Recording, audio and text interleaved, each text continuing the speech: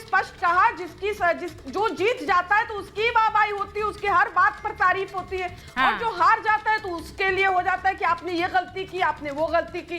अरे अभी आप ये देखिए, जो 24 की बात हो रही, 2024 की, आपका चैनल सहित सारे चैनल बताते रहे इससे पहले कि जो विधानसभा के चुनाव होते हैं उसका वो लोकसभा के चुनाव से अलग होते हैं। विधानसभा का चुनाव अलग होता है, लोकसभा का चुनाव अलग होता है। इसका परिणाम जो है, विधानसभा चुनाव का परिणाम लोकसभा पर नहीं पड़ेगा। क्यों? क्योंकि आप सहित सारे चैनल मान रहे थे कि बीजेपी जो है राजस्थान में नहीं जीतेगी, छत्तीसगढ़ में नहीं जीतेगी, मध्य प्रदेश में नहीं जीतेगी, तेलंगाना में नहीं जीतेगी। हाँ, मध्य प्रदेश में नहीं, चलिए मैंने अगर आपकी बात मान भी ली तो फिर अभी गठबंधन के नेता सारे ठीकरा फोड़ने में क्यों लगे हैं कांग्रेस पर?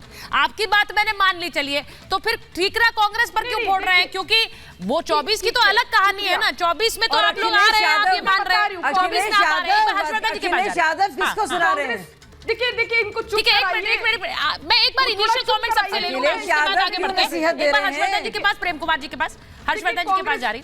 कांग्रेस की आप बात कर रही हैं, कांग्रेस की पे बोलने दीजिए। देखिए कांग्रेस को जो है अपनी ये गलतफहमी कि वो अकेले चुनाव लड़ सकती है, ये स्वीकारनी पड़ेगी। और ये भी स्वीकारना पड़ेगा कि उनके कुछ नेताओं के कारण जो है उनसे कांग्रेस से बहुत बड़ी चूक हो गई। कुछ क्यों? आप कमलनाथ जी का नाम ले लीजिए, आपके नेता तो खुलकर कह रहे हैं कि लोकतंत्र। कमलनाथ जी का नाम आप ले सकती है मैम, आपके नेता खुलकर कह रहे हैं। ठीक है, अब हर्षवर्धन जी और प्रेम कुमार जी, एक मिनट। अरे अब तो इनिशियल कमेंट्स मैम, हर्षवर्धन जी जो बात कह रही थी आप उस पर भी कमेंट करना चाह रहे थे, लेकिन ये बात बिल्कुल क्लियर है। आज संसद में जो एक तस्वीर आई, मैं ये मानती हूं, मैं अभी भी ये कहती हूं कि विधानसभा और लोकसभा के चुनावों में कोई जुड़ाव एक तरह का नहीं माना जाता है, और ये सही है, वो सही कह रही नायक जी।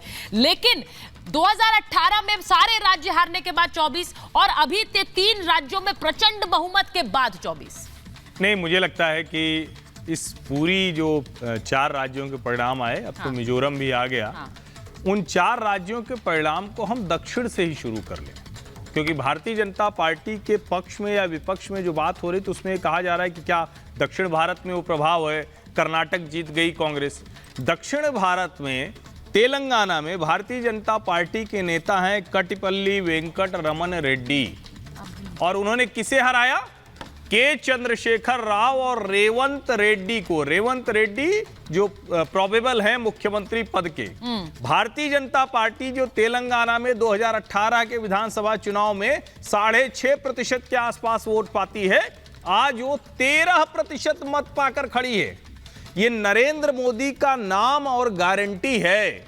और मेरा ये मानना है कि भारतीय जनता पार्टी, जिस तरह से उसको पहले कहा जाता था कि वो काऊ बेल्ट की पार्टी है, अरे भाई ये तो उत्तर भारत की पार्टी है, और जिस तरह से वो पूरे देश में चमत्कार कर रही, चमत्कार मैं इसलिए कर रहा हूं, जब त्रिपुरा जीती थी वो तो लोगों को चमत्कार लगा था, जब असम जीती तो लोगों को चमत्कार लगा, और अब वो देश के लगभग हर हिस्से में ऐसे कमाल करती है, उसमें हरियाणा में चमत्कार कर